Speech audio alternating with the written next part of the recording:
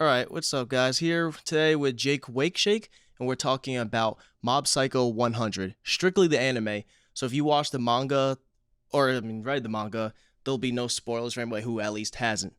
So I was wondering, what did you think overall about Mob Psycho? Yeah, Mob Psycho is like definitely one of my favorite anime of all time. Um, and it's just like the perfect mashup of everything that the author one has done beforehand. Like I love the comedy, the story, the emotional beats that it hits. I think it hits harder than One Punch Man could. That harder than One Punch Man even tries to. Yeah, I agree.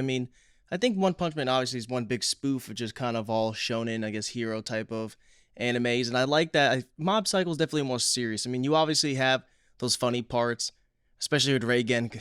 Yeah. Definitely a clown, but yeah, I think it goes a lot more in depth.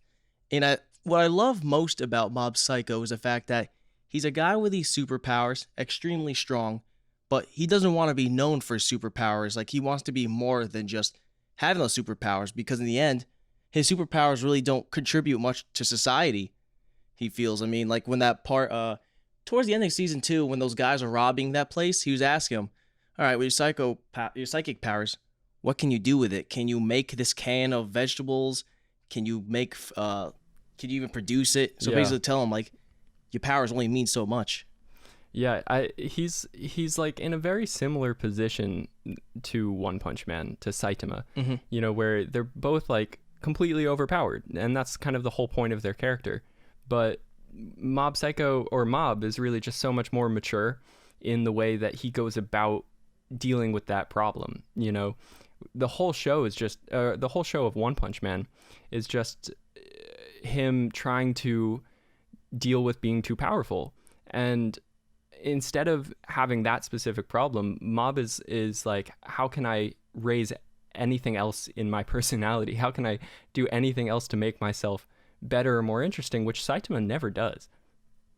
Yeah, yeah, I agree 100%. And yeah, he definitely does that. And I always find it. What I really do like those too is usually with, I feel, female characters in these shonen animes is they fall in love with the main protagonist, who's usually a guy, and a lot of it has to do with how strong they are, what their power are. Like, they're kind of just infatuated with this, I guess, the power that they possess. And what I love about Mob Psycho is that Subomi, who's like the main girl he loves, doesn't really care much about his powers. She's not head over heel. Originally, like, for a second, but then she's over it because that's only one aspect of life, is just his powers. And then that one girl, is it Emmy? Even after seeing Mob pick up all the pieces to her novel and put it together, she didn't love him for that. She thanked him, but she wasn't head over heels about him after. And that was actually pretty much the last time we see of her too. Yeah, no, it's really interesting. I wonder what's going to happen in the future with their relationship, like if it's going to go anywhere, because I really think she's interesting as a character, just in the way that we don't know anything about her. All we know Agreed. is that Mob likes her, and he's just obsessed with her, and it really does remind me of that kind of crush you have in middle school, where you don't know anything about the girl you have a crush on, you just think she's pretty or something. Yeah, and it just ends after that. And that was the start of season 2, episode 1. We ended with them finally come to that conclusion. And after that, we never see her again all of season 2. And then that was just pretty much it for her character. Yeah. Yeah, and then, I don't know about you, but my favorite character, well, I say characters for me, was, I loved, what is it? The Body Improvement Club. Because when we first see him, you see these jack guys, they're coming in. You think about to take over the place. Oh, here comes the stereotypical, Yeah. I guess, kind of asshat gym rats. But then they were extremely supportive of him the whole way through. And then you even see what the captain, Musashi Goda, go against that one Esper. And like, he was willing to put his life on the line for his guy because he sees how hard he's trying to improve himself in his body. Oh yeah, the Body Improvement Club were great. I love those guys. And it made it even better just at the ending when he's fighting the final boss of season 2. And right when he's going through final transformation, he says, "Body improvement, fight on." Yeah. That was probably my favorite scene. No, I like, and I love that. I think that's a pretty realistic trope. Like, guys who go to the gym a lot love to see other people like get buff. You know what I'm saying? Yeah, I agree 100%.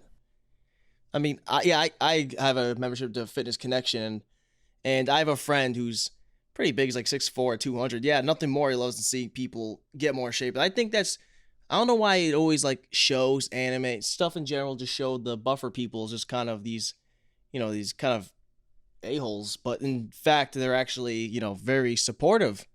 And as we see, with the Body Improvement Club, they even go all the way to that school just to go get them back. Yeah. Yeah, no, that was such a great scene just in general. And oh my God, like, can we talk about the art in Mob Psycho? It's so pretty. Oh, yeah, it's well, it won awards. Yeah, no, and like, it deserves what was it, it. Best Animation of 2019? It deserves it. Like, I think I heard this in another video essay, but someone pointed out that, like, the art in One Punch Man is fantastic, season 1 anyways, but it's not like insanely creative in a sense. Like, no, you're 100% correct. Right, the fighting at least. But Mob Psycho takes that creative side of a fight and because they have so much free range to go with the psychic powers, they can just show it in such an abstract, cool way. I agree. And I mean, with the art style too, with like the characters, they're so bland. Like, I think One Punch Man has more detail than Mob Psycho. Like, I just feel like all the characters are a little blander. Like, even I see some jokes of people saying like Emmy like looks like kind of like Saitama but with like a wig. Yeah, she definitely does. So yeah, I definitely find that interesting. And yeah, the fights, my goodness, the one with who's the evil spirit again? It's been a while since I watched the anime. I'm blanking on his name too now. Something with a G, right? Mogami. Oh yeah, Mogami. Okay, what did that they call fight him, was? Yeah, the fight with him was. I was like, what the hell's going on? But it was amazing. It was so clean and then he gets, 100% courage? Yeah. Was it courage at that time? Yeah, I want to say it was right when he was getting ready to save the girl who was kind of an a-hole to him. Even still, he still wanted to save her. Yeah. And that's such a great mechanic too. Just the one emotion winning out and taking over like his whole personality. Mm-hmm. Sadness one hit me hard. Yeah, that episode with the girl in that whole like hellscape of his mind was so cool. Yeah, and go figure, Dimple he has a lot of character development. He constantly growing with Mob, and it's kind of funny because he doesn't really see himself as dead, but yet he's a spirit. Yeah, you never would expect him to have become a main character. Even like when you're watching it at first, you're like, this guy, he's just some minor villain. Mm-hmm. And then he just keeps coming back.